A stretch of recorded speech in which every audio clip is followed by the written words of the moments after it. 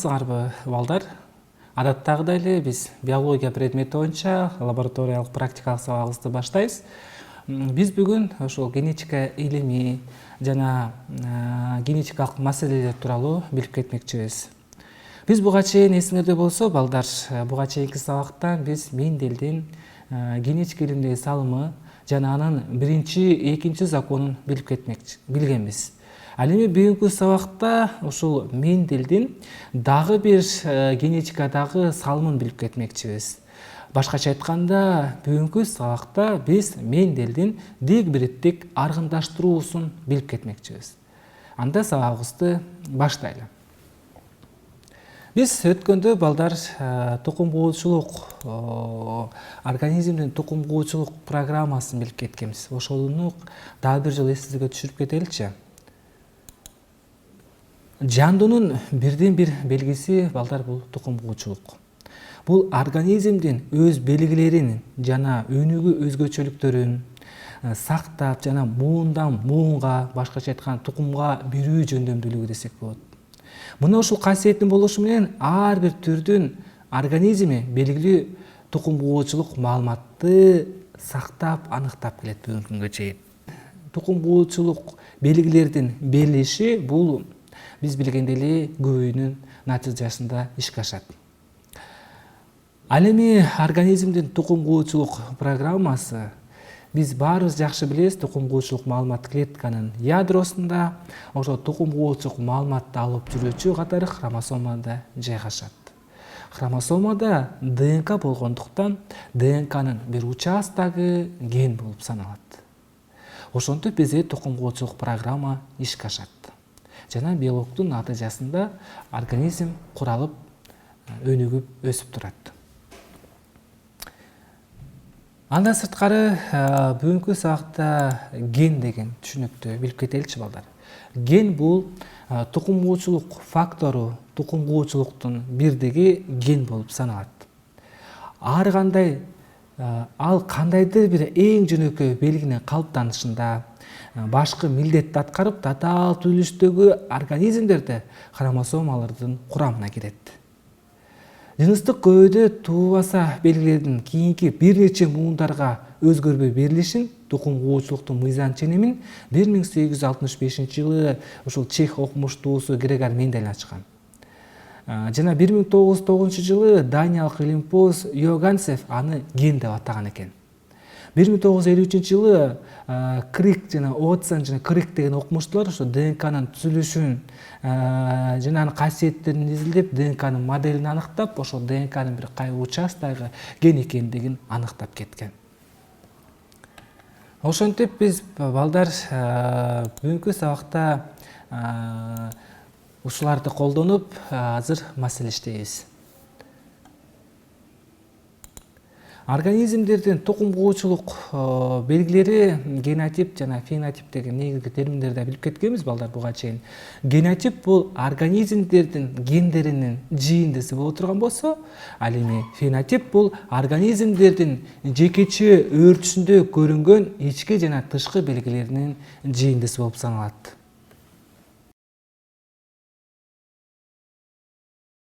Аргындаштыруусун билип кеткенбиз. Башкача айтканда, Мендель буга чейин жалгыз белгисине карап аргындаштыруу жүргүзүп көргөн. Жана ошол аргындаштыруунун натыйжасында Мендель биринчи, экинчи законду ачып кеткен. Биринчи законун эстей турган болсок, балдар, ал сары бурчак менен жашыл бурчакты аргындаштырганда, биринчи муунда жалаң сары бурчак алынгандыктан биринчи закону биринчи муундун бирдейлиги деп аталат. Ал эми ошол биринчи муунда алынган бурчактарды дагы эле ошондой алынган бурчакка аргындаштырат дагы Мендель экинчи законду ачат. Башкача айтканда, ошол биринчи муунда алынган гибридтерди аргындаштыруунун натыйжасында экинчи закону ажыроо закону деп аталат. Ал жерде белгилердин ажыроосу жүргөн. Башкача айтканда, сары бурчак менен жашыл бурчакты аргындаштырганда генотип катышы 1-2-1 барабар болуп калган, ал эми сырткы фенотиптик катышы 3-1 барабар болгон. Башкача айтканда 3 сары бурчак, 1 жашыл бурчак алынган. Андан ары бул окумушту бүгүнкү сабакта билип кеткендей дигибриттик аргындаштыруу ыкмасын жүргүзгөн. Ал кандайча экенин азыр мен силерге доскадан көрсөтүп бермекчимин. Грегор Мендель кандай тажрыйба жүргүзүп көргөн, азыр мен силерге түшүндүрүп берейин балдар. Ал үчүн генетикадагы негизги символдорду дагы эстейли. Бул parents деген сөз, P деген сөз бул ата-эне дегенди түшүндүрөт.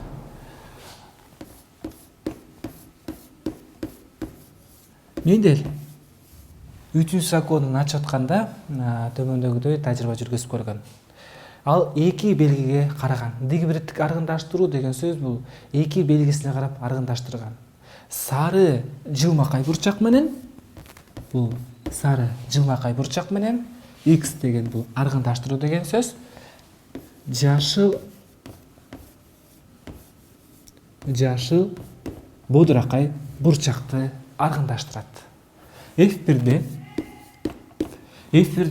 баягы эле сары жылмакай бурчак чоң тамга менен белгиленет балдар. Доминанттуу белги болгондуктан F1'de биринчи муунда жалаң сары жылмакай бурчак алынган. Башкача айтканда, бардыгы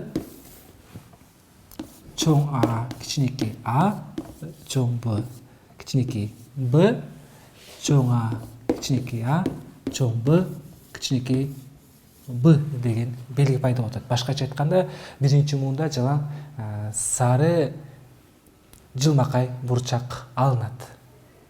Себеби бул жерде сары жылмакай бурчактын белгиси доминанттуу белги болуп атат. F2'de балдар, F2'de бул өзгөрөт экен. Башкача айтканда, кийин дагы бул окумушта эмне алат? Сары алынган, биринчи муунда алынган бурчактарды дагы эле ошондой алынган бурчактарга аргындаштыруу жүргүзөт. F2'de кандай процесс жүрөт, балдар, ошого токтолом. Мынакей чоң А, чоң Б, кичинекей Б, кичинекей Б'ны дагы эле ошондой алынган бурчакка аргындаштыруу жүргүзүп көрөт. Эми F2'деги токтолуп кетели. Бул жерде белгилер дайыма бул жерде татаал процесс жүргөндүктөн балдар, бул Пенниттин таблицасына салып көрөт дагы бул окумушту. Пенниттин таблицасына салганда төмөндөгүдөй таблицаны сызып көрөлү. F2'де белгилер таптакыр ажырап кетет. Ошон үчүн төмөндөгүдөй таблицага салабыз.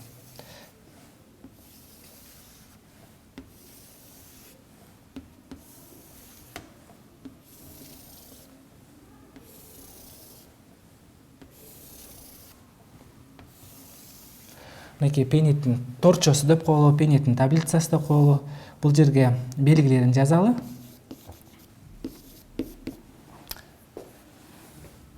Аргындаштырууга жүргүзгөндө мынакей чоң А, чоң Б, чоң А, кичинекей Б, кичинекей А, чоң Б, кичинекей А, кичинекей Б пайда. Ушуну эле биз Пенниттин торчосуна эле салабыз. Чоң А, чоң Б, чоң А, кичинекей Б, кичинекей А, чоң Б, кичинекей А, чоң Б, кичинекей А, кичинекей Б. Кичинекей А, кичинекей Б. Дагы эле ушундай аргындаштыра жүргүзө турган болсок, муну буга жүргүзөт. Дагы эле ушундай белги пайда болмок. Ошон үчүн аны дагы бул тилкеге жазабыз. Чоң А, кичинекей Б, кичинекей А, чоң Б, кичинекей А, кичинекей Б. Мынакей Пенниттин таблицасына биз түшүрүп алдык ушул нерсени. Эми биз буларды кайчылаштыруу жүргүзүп көрөлү. Ал үчүн бири-бирине кайчылаштыруу жүргүзөт. Чоң Аны чоң Ага, чоң Бны чоң Бга. Мынакей чоң А, чоң Б, чоң Б белги пайда болуп атат. Бул жерде чоң А, чоң Б, кичинекей Б. Чоң А, кичинекей А, чоң Б, чоң Б белгиси пайда болуп атат. Бул жерде чоң А, кичинекей А, чоң Б, кичинекей б деген белги пайда болуп атат. Чоң аны кийинкисин аргындаштыруу ушундай жүргүзүлөт. Чоң а, чоң б, кичинекей б. Байкасаңар болот, бул жерде кичинекей б чоң б болуп атат. Чоң б доминанттуу белги болгондуктан кичинекей бнын үстүнөн үстөмдүк кылат. Чоң а, чоң кичинекей б. Белгилердин ажырап бараткандыгын байкасаңар болот бул жерде балдар. Чоң а, кичинекей а, чоң б, кичинекей б. Андан кийин чоң а, кичинекей б, кичинекей б деген белги пайда болуп атат. Андан кийинки дагы ушундай жазабыз. Кичинекей а чоң а болбойт, чоң а кичинекей а, чоң б деген белги пайда болуп атат. Андан кийин чоң а кичинекей а, чоң б кичинекей б. Андан кийинкиси кичинекей а, чоң б деген белги пайда болуп атат. Андан кийин кичинекей а дагы эле кичинекей а, бул жерде чоң б кичинекей б деген белги пайда болот. Андан кийинкисине чоң а кичинекей а, чоң б кичинекей б. Андан кийин чоң а кичинекей б кичинекей б деген белги пайда болот. Андан кийин муну буга аргындаштыруу жүргүзүлөт. Чоң кичинекей а, чоң б кичинекей б. Андан кийинки белгини карайлы балдар. Кичинекей а,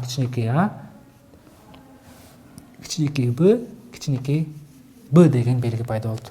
Мына ошентип биз пенеттин торчосуна аргындаштыруу жүргүзүп алдык, башка кайчылаштыруу жүргүзүп алдык. Эми белгисин коюп көрөлү. Генотип белгиси ушундай болот экен, эми фенотиптик белгиси кандай болот экен? Бизде чоң а, чоң б, бизде сары жылмакай бурчак. С, Ж деп белгилеп коелу, сары жылмакай бурчак алынган экен.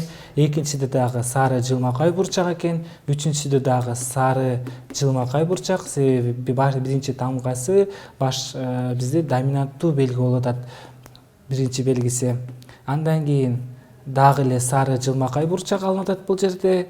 Бул жерде дагы чоң а, чоң б болуп атат. Бул жерде сары жылмакай бурчак алынып атат. Бул жерде сары чоң тамга, бирок кичинекей б болуп атат. Бизде кичинекей б боодуракай. Мынакей с, б деп коелу. Сары боодуракай бурчак алыныптыр. Андан кийинкисинде сары эле жылмакай бурчак кетип атат. Андан кийин дагы чоң а бизде сары бурчак, ал эми кичинекей б бул боодуракай белги пайда болуп атат. Мынакей сары боодуракай бурчак пайда болуп атат. Андан кийинки сары жылмакай бурчак экен бул дагы. Андан кийин дагы сары жылмакай бурчак болуп атат. Бизде кичинекей а, чоң б деп атат. Бизде кичинекей а жашыл, чоң б жылмакай. Андан кийинкисинде жашыл жылмакай бурчак алынып атат. Андан кийин дагы кичинекей а, чоң б болуп атат. Бул дагы кичинекей а бизде жашыл, ал эми чоң б бизде жылмакай бурчак алынып атат. Андан кийинкисинде чоң а, чоң б бул сары жылмакай бурчак боло турган болсо, кичинекей а, чоң а, кичинекей б болуп атат. Бизде чоң а сары бурчак, ал эми кичинекей б болсо боодуракай деген түшүндүрүп атат. Сары боодуракай бурчак алынып атат. Андан кийин чоң кичинекей а чоң б болуп атат. Кичинекей а бизде деген жашыл, чоң б жылмакай. Жашыл жылмакай бурчак пайда болгон. Андан кийин кичинекей б бизде жашыл боодуракай бурчак пайда болуп атат. Эми белгисин жазып көрөлү, балдар. Мынакей сары жылмакай бурчакта бизден канча сары жылмакай бурчак алынып болот экен? 1, 2, 3, 4, 5, 6, 7, 8, 9 бурчак. 9 сары жылмакай бурчак алынып атат. Андан кийин сары боодуракай бурчак жазып көрөлү. Сары боодуракайдан 1, 2, 3 сары боодуракай бурчак алынып атат. Эми жашыл жылмакай бурчактар пайда болгон. Жашыл жылмакай бурчактардан 1, 2, 3 жашыл жылмакай бурчактан 3 алынган. Ал эми жашыл боодуракай бурчактан 1 алынган. Ошентип генотип катышы 9, 3, 3 бирге барабар болгон. Ошо менен Мендель 3 законду ачып кеткен, гендердин көз карандысыз комбинацияланып берилиши деген 3 закону болуп эсептелет. Себеби бул жерде гендер көз карандысыз комбинацияланган.